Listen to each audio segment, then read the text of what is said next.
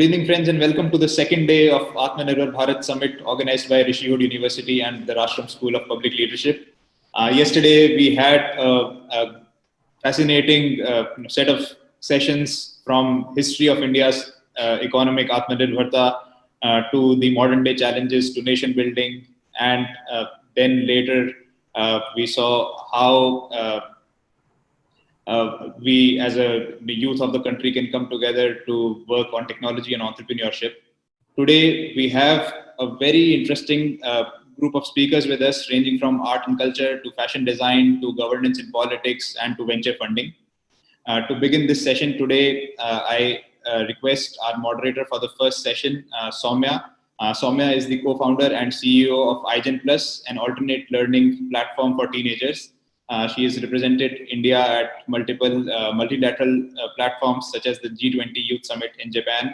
She's an alumnus of Lady Shri Ram College at Delhi University.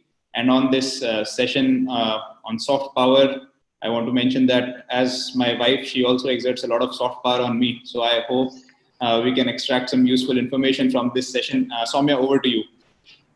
Thank you so much, Sahil, for the introduction. I'm super excited to be a part of the summit today. And as you mentioned, we have a very right person to talk about India's soft power and the self-reliance. I have known Amish for past few months now, and I'm glad I knew him when I lost my passport and all my cash in the streets of London sometime in the evening.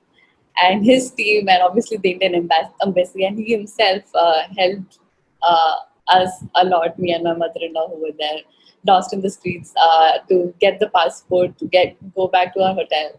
And we were able to get the emergency certificate within the 14 hours of it being stolen. So that's been my relation with Amish, and that's how it all started.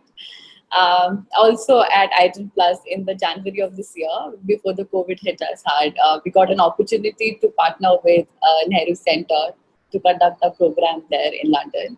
Amish heads Nehru Center as a director, and in that capacity is also an Indian diplomat in the UK.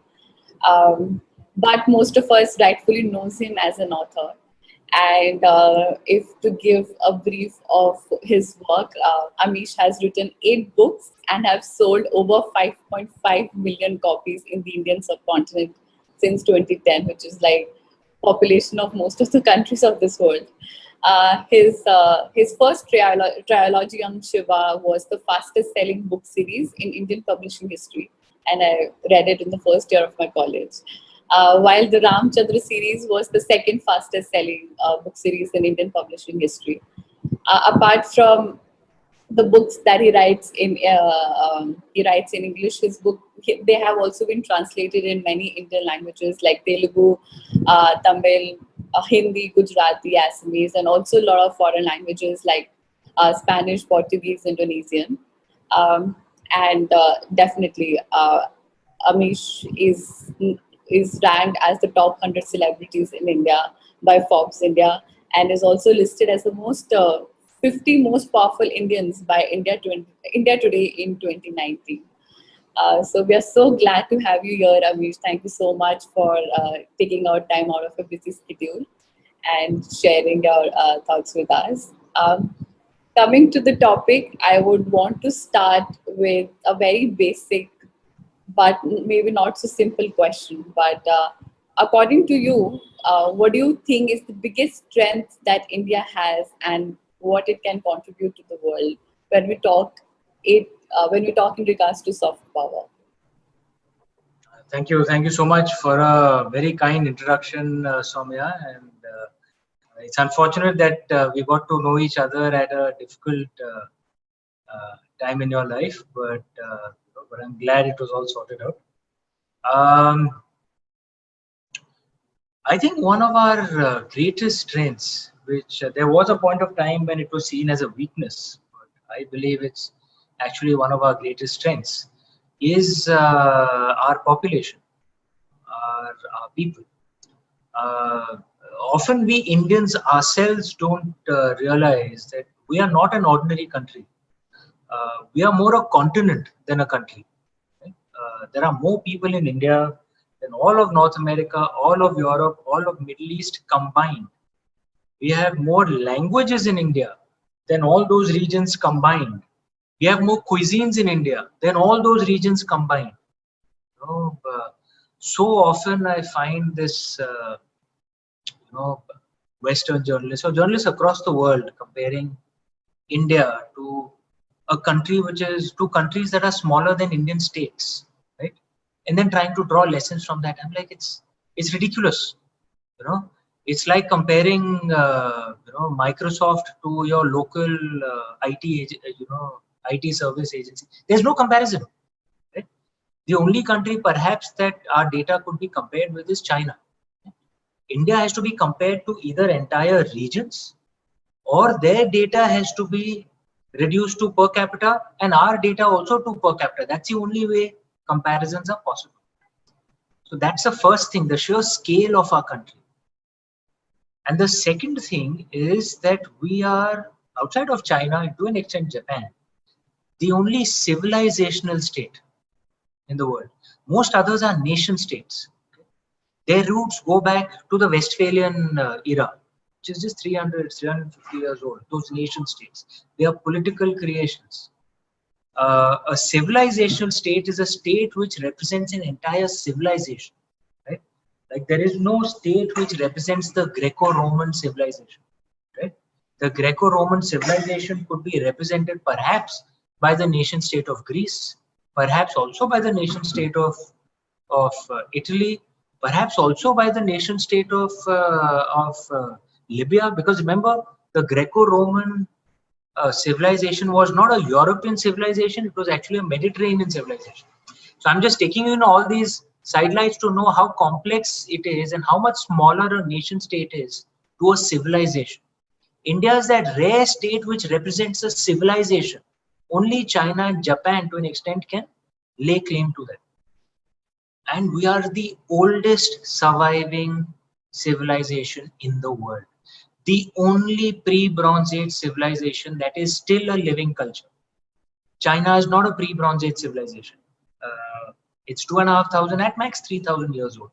Pre-Bronze Age means older than 5,000 years. Okay? Few civilizations can lay claim to that. Pharaonic Egypt, Mesopotamia, India, perhaps Zoroastrian Persia, but India is the only one which is still alive. Zoroastrian Persia is not alive in Iran, it is dead. Pharaonic Egypt is dead. Mesopotamia, ancient Mesopotamia of Gilgamesh is dead. They are museum pieces. Zoroastrian Persia, if it survives, its remnants, it survives in India with Parsis who were given refuge here 1300 years ago when Persia was attacked by the Arabs. So these are the three things which make India truly unique, right? A, just our sheer scale. We are a continent and our diversity. Second, we are among three civilizational states. No other country can claim to be a civilizational state, right? And third, we are the only pre-Bronze Age civilization that is still alive. That makes us extremely unique, right? It gives us tremendous strengths, but it has some weaknesses as well. And we should be aware of that. First, we should understand ourselves first. We don't understand our own country first, to be honest, right? Only then can we explain our country to others. Right. True that, Amish, actually. And unfortunately, we don't understand ourselves. And I think that's one of the reasons that people outside India are not able to understand who we are. We are labeled as one of the developing countries or as one of the poor countries of this, and either we are seen. All those parts can be partially true, but it's like, 12 blind men trying to figure out what an elephant is by touching different parts. Okay, so are we poor now? Yes. Were we the richest land on earth for much of human history? Also, yes. Right. Do we have the highest number of illiterates in the world? Yes. Do we also have the highest number of graduates in the world? Also, yes. It's not easy bracketing India. True that. So do you think it's necessary for India now to rebrand itself and picture it in the way that you are mentioning? And I'm sure as an Indian diplomat, you must be, sharing platforms and interacting with so many people at the international level that and do you also get that perception while you're doing it that people see India at a very different angle than we actually are, and there has to be change in the perspective that the way they see us? No, we have to. We have to. There is the levels of ignorance, about India is shockingly high. And on average, I think India is perceived well. On average, I'm talking about the average Joe. I'm not talking about the media or academia. I'm talking about the average Joe on the streets. India is usually seen as a nice country. It's an overlay of Mahatma Gandhi, of Gautam Buddha, of yoga, of the Indian diaspora, which is often referred to as the model minority. It's a term I've heard often being used for Indians, because as compared to immigrants from beyond our western border, Madeleine Albright had called that country an international migrant.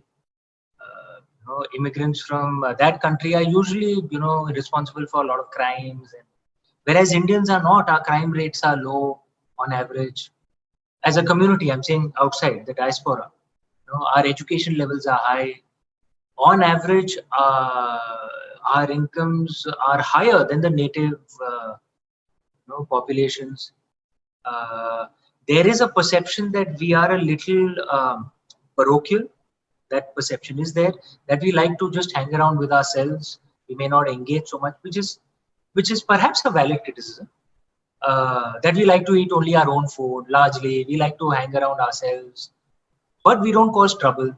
We don't do crime. We are focused on our work.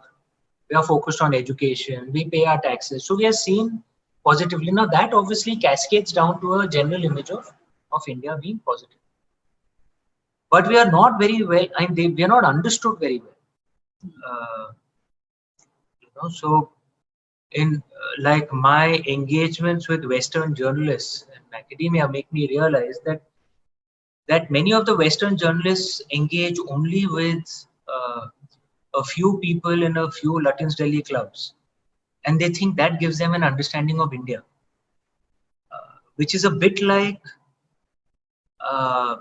going to, say, Soho House in central London and thinking that gives you an understanding of all of Europe, all of North America, all of Middle East combined.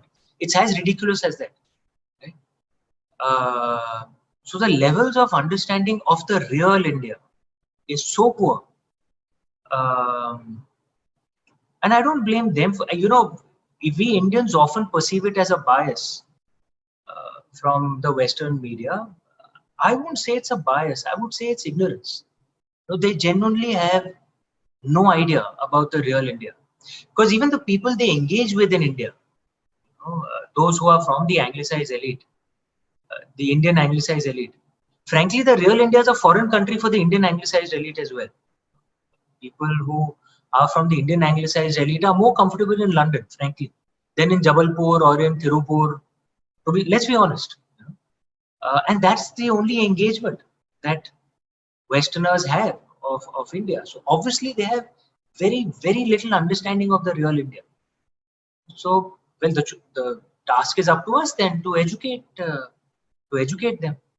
And I won't say it's a job just for the government or for the diplomats. It's for the people in the cultural space.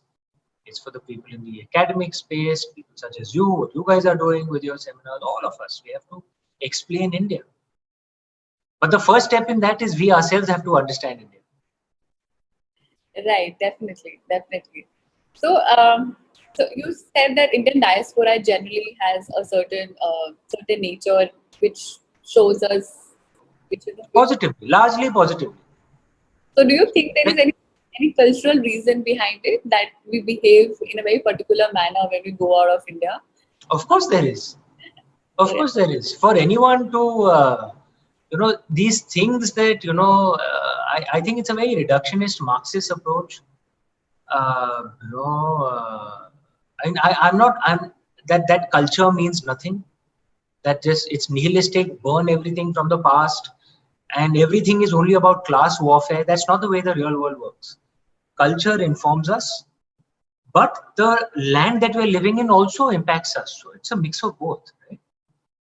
Indians behaving in India, living in India, behave a little differently from Indians living in the UK, for example, right?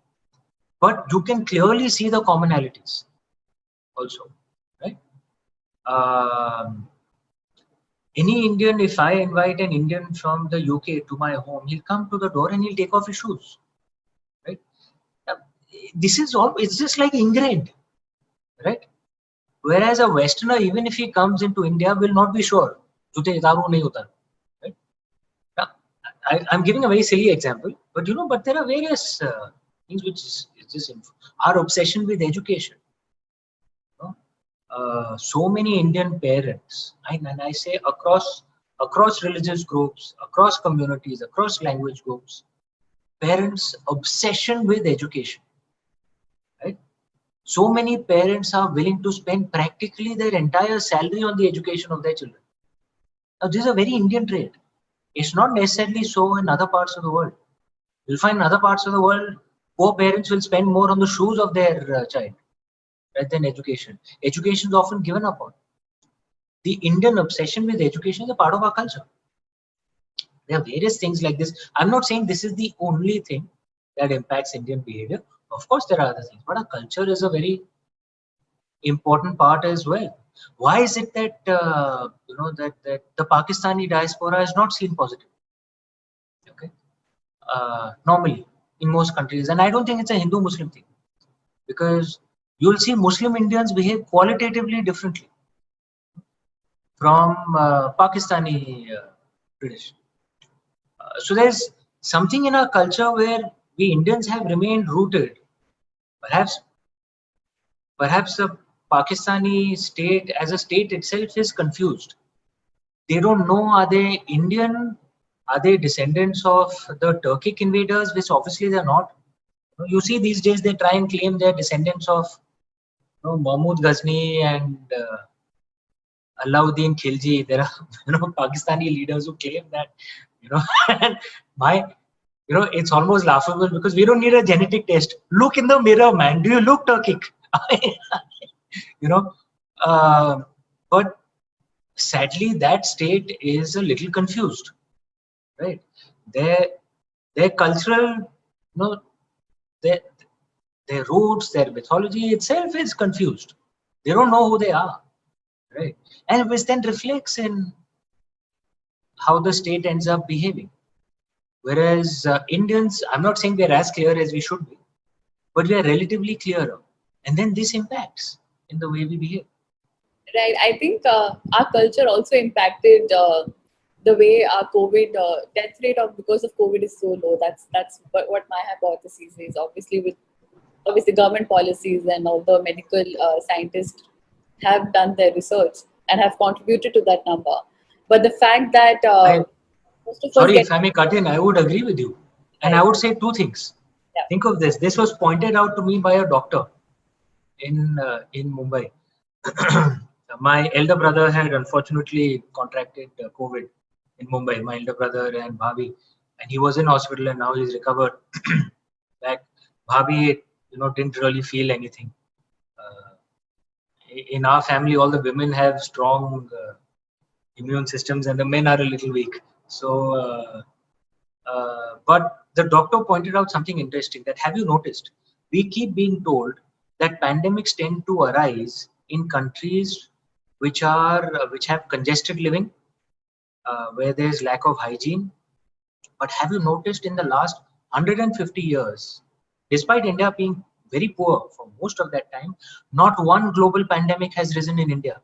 Not one. We have been the victims of pandemics that have risen in other countries, right?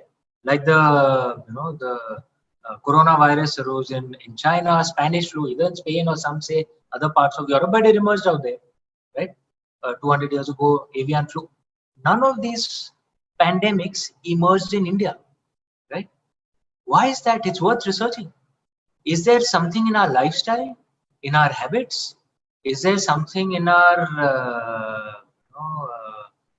in the way our society is structured? Is there something in the way our food is? Because a lot of our food, very often we don't realize, has Ayurvedic medicines inbuilt into the food, like haldi. We Indians don't believe that haldi is good for you till some Westerner says, oh, turmeric is, raises your immunity and drink turmeric latte. So we won't believe it till then. But haldi is a part of our food. Every day we eat it on a daily basis. Now there are simple things like this. So it is worth studying. How come India has not been the source of any pandemic for the last 150 years, despite being very poor? Despite having very congested living, so many people living in slums, not one pandemic has arisen in India. We've been victims. We've never been the source of a pandemic. And the second thing that is very intriguing about us Indians, most countries you will find are very organized in normal times, but in chaotic times, everything falls apart. Right? In India, it is the exact opposite. In normal times, try controlling Indians, boss, you will go mad. हमको कानून तोड़ने में मजा आता है, even if there's nothing to be gained, बस तोड़ेंगे, क्यों बस तोड़ना है, okay? लाइन में नहीं लगेंगे भाई, जो भी हो जाए लाइन में नहीं लगना, even if it is going to take more time. सब ऐसे झुंड में, it's the way we are a chaos loving country, but you notice that in times of trouble, we suddenly become very organized, we suddenly become so disciplined, right? Like has happened in the COVID pandemic. It's not just in this, you see during times of war, suddenly the nation comes together and people become disciplined, right? Okay, boss, now the shit has hit the fan, we need to be organized now. So we are almost the exact opposite of other countries. These are two very intriguing things. I'd love for someone to do more research. Why are we this way, and why has there been no pandemic from India? And to contribute to that, Amish, I feel our family structure also helps. The fact that during the COVID pandemic, lot of people got cured in their homes only. They were not dependent on the nursing homes, and the family systematically planned the isolation, systematically planned who would cook the food, such that the social distancing with the person who is affected by it is maintained, and also the care or help is given within the family. I certainly believe our family structure and the way we are embedded together. Community structures as well. Yeah, community. Because India is one of the few places where traditions and liberalism can coexist. Right. So, for you to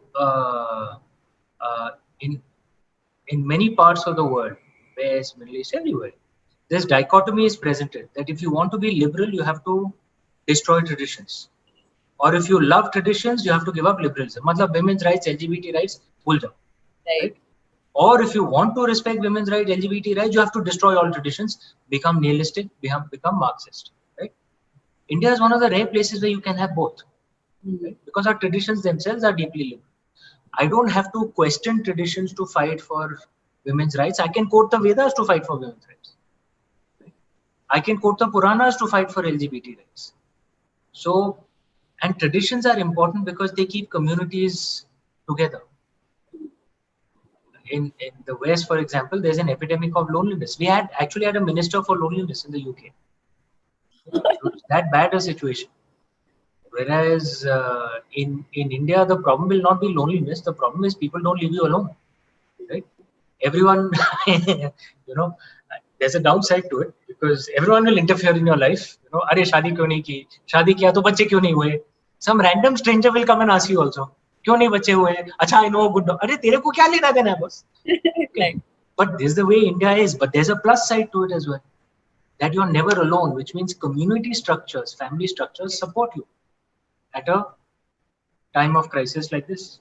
Right, and I think that's also one of the main pillar of us being so self-reliant and the community living with itself. Okay, so also coming to your book, Amish, your book on Sohail Dev talks about it ignites the spirit of Atmanirbharta. I've read the book, and it motivated me to do something for the country, and to just go there and fight or do something like that was that spirit it ignited with me. So, coming, the topic of the session is India's soft power and the life and the self-reliance. So, what sort of lessons can we draw from his life for India's present and future, and what youth, like most of us here, can learn from him and contribute in making India a self-reliant country? I think from King Suheldev, and I will stress once again, it's sad that our history books have brushed him out. I think he is one of the most consequential Indian heroes who you've not heard of. And my book, I mean, Legend of Suheldev, yes, it is historical fiction, but is based on actual facts. Okay, so it's not Manghanat. King Suheldev actually existed. He actually defeated the Turks. Right? We must know his story. What are the lessons that emerge? One is that when we Indians are united, we are unbeatable. Okay, because King Suheldev pulled together, forged together. He's from a subaltern.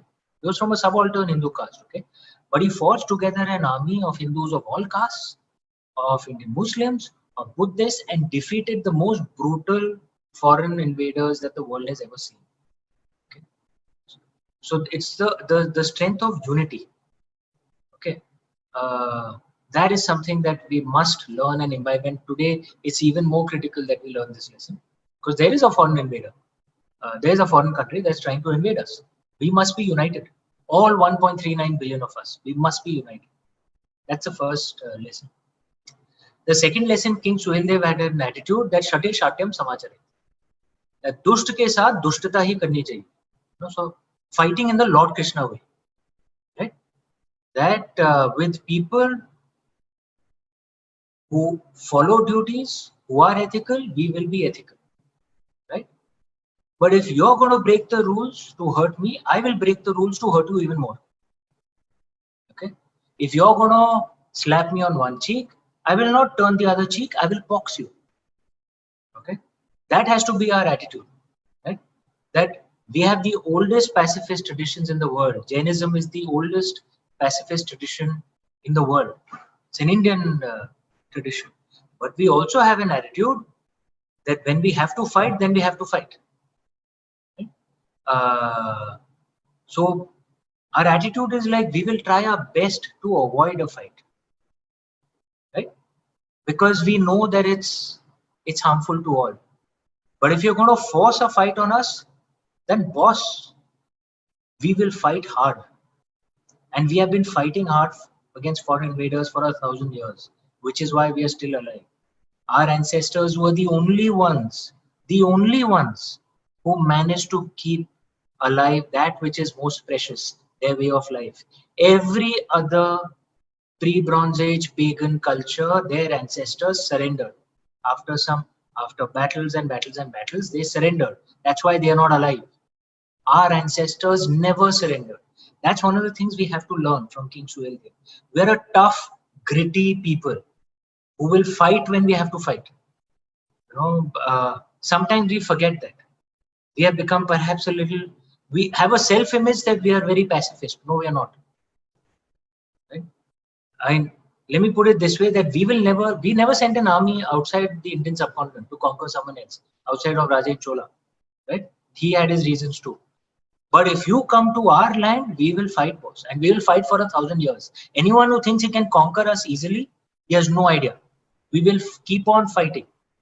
Okay? That's the second thing to learn from King Suheldev. Our ancestors were tough, gritty people, and we have to be tough and gritty as well.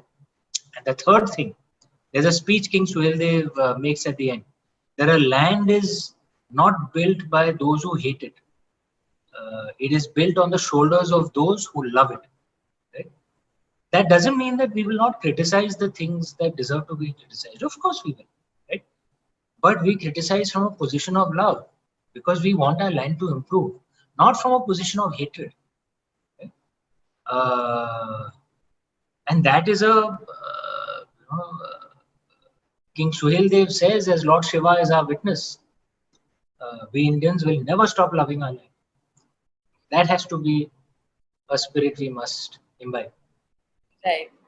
Thank you so much, Amish, for your time. So to give the entire session in one line, I think it's very, very important for us as Indians to understand where do we come from, what's our culture, and to respect it, to love our land and to be united while understanding our civilizational history. Thank you so much, Amish, for taking out time and sharing your thoughts with us. it's a pleasure to always interact with you. Thank you. Absolute pleasure. Over to you. Bye. Bye. Thanks a lot, Anish. Yesterday was Krishna Janmashtami, and you alluded to Krishna when you said that we all must fight like Krishna. I think he was one complete being we can all aspire to be. True. And I hope that the way your trilogy on Shiva and the five-part fiction on Ram is so exciting. I hope one day you will also write something on Krishna, and I look forward to that day. Thank you. I will. I have a version in mind for the Mahabharata as well. I hope to write that sometime. Great. Looking forward to that. Thank you so much.